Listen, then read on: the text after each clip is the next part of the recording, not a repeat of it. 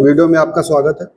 दोस्तों, आज के इस वीडियो में हम बेसिकली जो दो इम्पोर्टेंट टॉपिक डिस्कस करेंगे, वो पहला टॉपिक है corporate bond market in India और दूसरा टॉपिक है इंडियाज डिपेंडेंसी इन मिनरल्स। तो ये दोनों ही इम्पोर्टेंट टॉपिक है। यूपीएससी बेसिकली एक फाइनेंशियल मार्केट से रिलेटेड है और दूसरा माइनिंग सेक्टर से रिलेटेड है। यूपीएससी इन पे क्वेश्चन पूछता रहा है।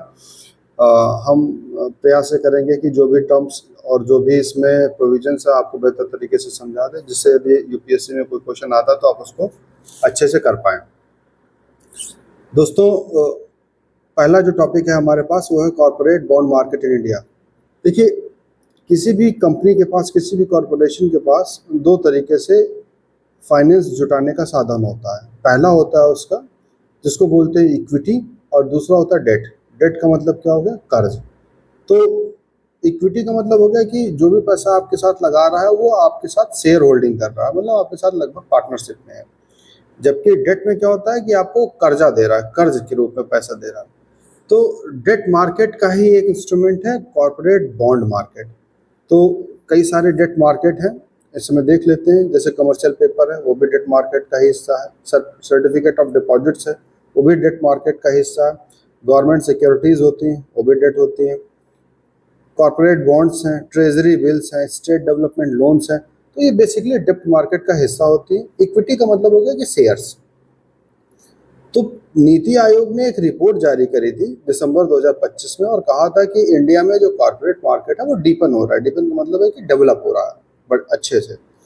यहाँ पर देख लेते हैं कि कॉर्पोरेट बॉन्ड्स होते क्या हैं। तो ये बेसिकली डेट सिक्योरिटीज़ होती हैं, जहाँ पे कोई इन्वेस्टर्स किसी कंपनी को इस उद्देश्य से या इस थॉट से, इस बिलीफ से पैसा देता है कि उसको एक रेगुलर इंटरेस्ट पेमेंट होता रहेगा, या फिर प्रिंसिपल रिपेमेंट के टाइम पे जो इंटरेस्ट पेमेंट है, जब वो मैच्योरिटी होगी उसकी, तो वो पैसा उसको मिल जाएगा। अच्छा, एक चीज़ यहाँ पे ध्यान रखने वाली बात है, यूपीएससी कई बार पूछ लेता है कि मान के चलिए बैंक ने अपना इंटरेस्ट रेट बढ़ा दिया, तो डेब्ट मार्केट बढ़ेगा या घटेगा? तो अगर बैंक अपना इंटरेस्ट रेट बढ़ा देगी तो आप कहाँ पैसा इन्वेस्ट करेंगे? बैंकों में करेंगे, बैंक में रखेंगे, क्योंकि आपको वहाँ पर ज़्यादा रिटर्न मिल रहा है। लेकिन अगर इंटरेस्ट रेट बैंकों में कम हो गया, तब आप क्या करेंगे? आप बैंकों से पैसा निकाल लेंगे। तो यहाँ से हमें समझ में आता है कि जब बैंक इंटरेस्ट रेट बढ़ा देते हैं तो लोग अपना पैसा बैंकों में जमा करते हैं, ना कि कॉर्पोरेट बॉन्ड्स में इन्वेस्ट करेंगे। जबकि वहीं पे अगर जब बैंक अपना इंटरेस्ट रेट घटा देते हैं तो लोगों के पास ऑप्शन नहीं रहता है, वो बैंकों में ना जाके फिर कॉर्पोरेट बॉन्ड्स खरीद लेते हैं। इंडिया में इस समय लगभग 15 से 16% ऑफ जीडीपी ये पूरा बॉन्ड मार्केट है। मतलब कि काफ़ी बड़ा कॉर्पोरेट बॉन्ड मार्केट है भारत में। टोटल जीडीपी का 15 से 16% है ये। हालांकि अगर हम दूसरे देशों की बात करते हैं, साउथ कोरिया, मलेशिया या चाइना की, तो उनकी कंपैरिजन कम है, बट स्टिल जो है ये 15 से 16% जीडीपी का है। सिग्निफिकेंस क्या है अगर एक भारत में कॉर्पोरेट बॉन्ड मार्केट अच्छे से डेवलप होता है? तो सबसे बड़ी चीज़ है कि हमारी जो डिपेंडेंसी है, कॉर्पोरेट सेक्टर की डिपेंडेंसी है, वो बैंकों पे कम हो जाएगी। तो जो कॉर्पोरेट्स हैं वो अब बैंक में लोन लेने की बजाय कॉर्पोरेट बॉन्ड्स जारी कर देंगे, और जो छोटे छोटे बड़े बड़े इन्वेस्टर्स हैं वो इन बॉन्ड्स को खरीद लेंगे, और मेच्योरिटी होने, जब उनका बॉन्ड मेच्योर हो जाएगा तो अपना पैसा इनकैश कर लेंगे। ये लॉन्ग टर्म फाइनेंसिंग का भी एक साधन है। लॉन्ग टर्म फाइनेंसिंग कैसे? जो भी बॉन्ड्स होते हैं वो बेसिकली लंबे टाइमों के लिए होते हैं, 5 साल, 6 साल, 7 साल, ऐसे उनकी मेच्योरिटी टाइम होता है। तो लॉन्ग टर्म फाइनेंसिंग कॉर्पोरेट्स को इसके माध्यम से मिल जाती है। मॉनेटरी पॉलिसी ट्रांसमिशन है, सिंपल सी बात है कि जब बॉन्ड सील्ड होता है, मतलब कि जब बॉन्ड मेच्योर होता है, तो जो भी आरबीआई के लेंडिंग रेट्स होते हैं उसके अकॉर्डिंग वो पूरा का पूरा उसकी मेच्योरिटी का प्रोसेस है।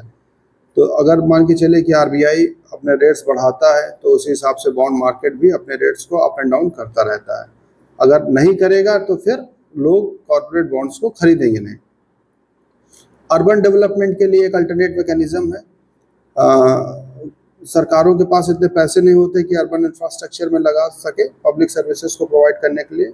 जैसे पानी की पाइपलाइंस डालनी है, रोड का कंस्ट्रक्शन करना है, तो इन सब के लिए पैसे की ज़रूरत होती है, और ये कॉर्पोरेट बॉन्ड मार्केट से पैसा सरकारें उठा लेती हैं। कुछ स्ट्रक्चरल बैरियर्स हैं, वो देख लेते हैं कॉर्पोरेट बॉन्ड्स में। सबसे पहली चीज़ है कि रेगुलेटरी ओवरलैपिंग है। जैसे फॉर एग्जांपल भारत में बॉन्ड मार्केट को सेबी भी डील करता है, आरबीआई भी उसको कंट्रोल करता है, और मिनिस्ट्री ऑफ कॉर्पोरेट अफेयर्स तो करता ही करता है। तो कई सारी एजेंसीज लगी हुई हैं कॉर्पोरेट बॉन्ड मार्केट में। इसके वजह से ओवरलैपिंग कंप्लायंस का ओवरलैपिंग है, और लोग जो इन्वेस्टर्स हैं उनको कंफ्यूजन रहता है। दूसरा, क्रेडिट रेटिंग एजेंसीज हैं जैसे स्टैंडर्ड एंड पुअर हो गए, फिंच हो गया, मूडी हो गई, वो भारत के जो बॉन्ड मार्केट है उसकी जो रेटिंग्स है वो बहुत कम देते हैं। तो इसके वजह से क्या होता है, जो इंटरनेशनल क्रेडिटर्स होते हैं, इंटरनेशनल इन्वेस्टर्स होते हैं, वो बहुत कम पैसा इंडिया के कॉर्पोरेट बॉन्ड्स में इन्वेस्ट करते हैं। तो ये एक बड़ी प्रॉब्लम है। तो बेसिकली कॉर्पोरेट बॉन्ड से जो रिलेटेड चीज़ें थी वो आपको समझ में आ गई होगी। सबसे पहली चीज़ क्या है इसमें कि ये कॉर्पोरेट बॉन्ड्स डेट सिक्योरिटीज़ का हिस्सा है। दूसरी चीज़, जीडीपी का लगभग कितने परसेंट है ये भी देखना होगा। ये आरबीआई के जो इंटरेस्ट रेट होता है उसके अकॉर्डिंगली कैसे काम करते हैं, तो ये बेसिकली इन्वर्सली प्रोपोर्शन है। जैसे अगर आरबीआई अपना इंटरेस्ट रेट बढ़ाएगा तो कॉर्पोरेट जो बॉन्ड मार्केट है वो डाउन चला जाएगा, और यदि आरबीआई अपने इंटरेस्ट रेट को कम करेगा तो कॉर्पोरेट बॉन्ड मार्केट अप हो जाएगा। तो ये कुछ क्वेश्चंस हैं जो यूपीएससी इस तरीके के क्वेश्चन फ्रेम कर सकता है। मैं होपफुल हूँ कि आप इसको अच्छे से कर लेंगे। तो दूसरा इंपॉर्टेंट टॉपिक है वो है हमारे पास self reliance in minerals and metals. देखिए, दिसंबर 2025 में ही standing committee on coal and mines and steel ने एक रिपोर्ट जारी करी थी। उस रिपोर्ट का नाम था self reliance in minerals and metals. इसमें उन्होंने बताया था कि किस तरीके से भारत में जो इम्पोर्ट डिपेंडेंसी है वो कम हुई है, और हम आत्मनिर्भर भारत का जो विजन था उसको अचीव करने के कगार पे हैं। सबसे पहले हम देख लेते हैं, ये पूरी जो रिपोर्ट बनाई गई थी वो 95 मिनरल्स पे बनाई गई थी। ये क्वेश्चन वैसे आएगा नहीं, लेकिन फिर भी मैंने बता दिया, टोटल 95 तरीके के मिनरल्स पे रिपोर्ट बनाई गई थी। ग्लोबल स्टैंडिंग देख लेते हैं, इंडिया की रैंक सेकंड है पूरे वर्ल्ड में, क्रूड स्टील में, एल्युमिनियम के प्रोडक्शन में, रिफाइंड लेड के प्रोडक्शन में। वहीं थर्ड नंबर पे हम जिंक और क्रोमाइट में हैं। फोर्थ नंबर पे आयरन ओर और ग्रेफाइट में है। जीडीपी का कंट्रीब्यूशन देख लेते हैं माइनिंग सेक्टर का, तो टोटल इंडिया के जीडीपी में माइनिंग सेक्टर 2% का कंट्रीब्यूशन करता है। ऑस्ट्रेलिया में 12% है, कनाडा में 6% है। तो हम ऑस्ट्रेलिया और कनाडा के मुकाबले काफ़ी पीछे हैं। उनका जीडीपी जो माइनिंग का जीडीपी में जो कंट्रीब्यूशन है वो ज़्यादा है in comparison of India. Iron ore में हम लगभग 100% सेल्फ सफिशिएंट है, क्रोमाइट में 95% है, लाइमस्टोन में 93 है, बॉक्साइट में 85% है, लाइमस्टोन में 93% है, सिलिमेनाइट में भी लगभग 90% के पास हमारी सेल्फ डिपेंडेंसी है। जो सबसे इम्पॉर्टेंट है, जिसे याद रखने की ज़रूरत है, क्रिटिकल मिनरल्स में इंडिया 100% डिपेंडेंट है इंपोर्ट पे, खास करके जो लिथियम, कोबाल्ट, निकल, नियोबियम और गैलियम, इस तरीके के जो क्रिटिकल मिनरल्स हैं जो खासकर डीप टेक्नोलॉजी में यूज़ होते हैं, ईवी मोटर्स में यूज़ होते हैं, आपके विंड टर्बाइंस में यूज़ होते हैं, टेक्निकल मैग्नेट्स में यूज़ होते हैं। तो वो बेसिकली जो भी उनमें मिनरल्स यूज़ होते हैं वो हम कहाँ से मंगाते हैं, बाहर से मंगाते हैं। कॉपर, अगर रिफाइंड कॉपर की बात करते हैं तो 40% हम जो है वो इंपोर्ट रिलायंस पे डिपेंडेंट है।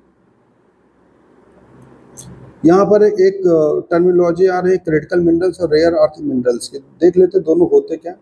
तो बेसिकली जो क्रिटिकल मिनरल्स होते हैं वो इकोनॉमिक डेवलपमेंट और नेशनल सिक्योरिटी के लिए बहुत इंपॉर्टेंट होते हैं, और दूसरी चीज़ इनमें सप्लाई चेन वल्नरेबिलिटी होती है, इसीलिए ये क्रिटिकल मिनरल्स हैं।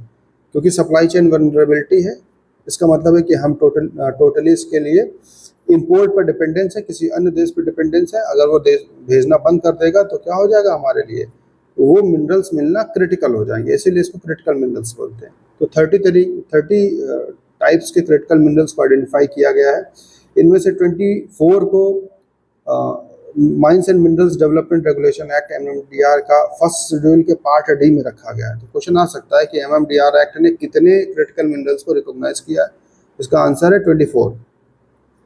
अगला क्वेश्चन है कि रेयर अर्थ एलिमेंट्स क्या होते हैं। तो बेसिकली ऐसे मेटालिक एलिमेंट्स होते हैं जो क्लीन एनर्जी के लिए, जैसे फॉर एग्जांपल विंड टरबाइन के लिए, ईवी मोटर्स के लिए, डिफेंस सिस्टम के लिए, या स्पेस सेक्टर के जो कुछ कंपोनेंट्स होते हैं उनको बनाने के लिए इनका यूज़ किया जाता है। भारत में रेयर अर्थ एलिमेंट्स की अगर हम बात करते हैं तो मोनोजाइट ही एकमात्र प्रिंसिपल सोर्स है जिससे हम रेयर अर्थ एलिमेंट्स पाते हैं। तो मोनोजाइट से क्या मिलता है? मोनोजाइट से बेसिकली थोरियम मिलता है।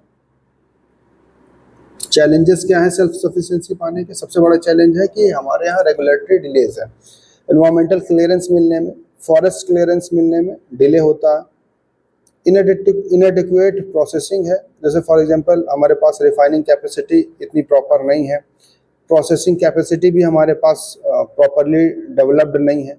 जोग्राफिकल कंसंट्रेशन है, 55% जो मिनरल्स है वो 15 देशों का वो चाइना कंट्रोल कर रहा है। 90% रेयर अर्थ एलिमेंट्स का जो प्रोडक्शन होता है वो चाइना में होता है। तो एक ही देश के अंदर इतना ज़्यादा जो कंसंट्रेशन है, तो ये एक बहुत बड़ा कंस्ट्रेंट है।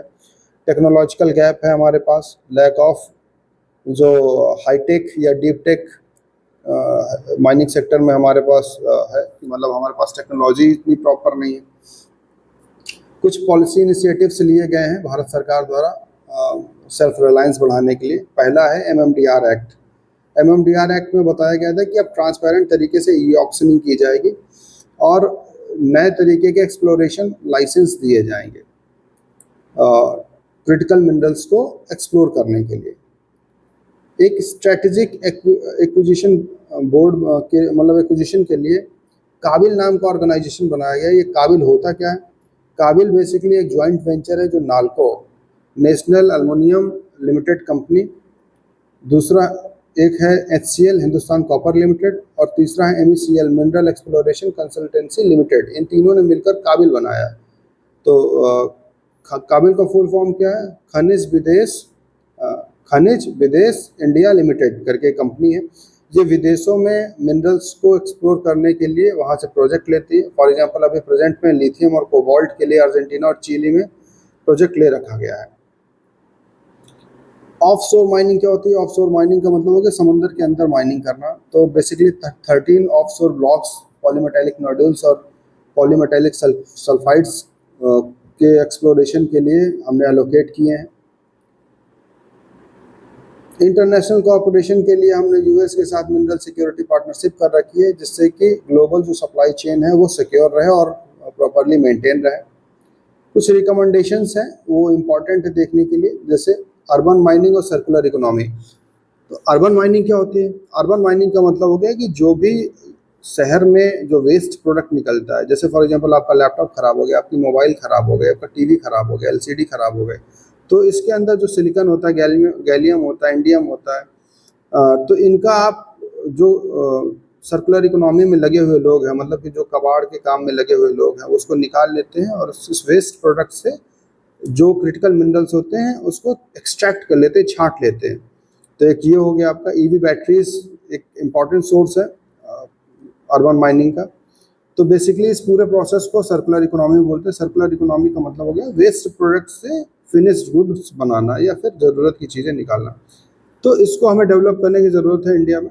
लगभग अगर हम ये डेवलप कर लेते हैं तो कुछ ही मतलब एक साल के अंदर लगभग 40,000 करोड़ का अर्बन माइनिंग हम कर सकते हैं इससे।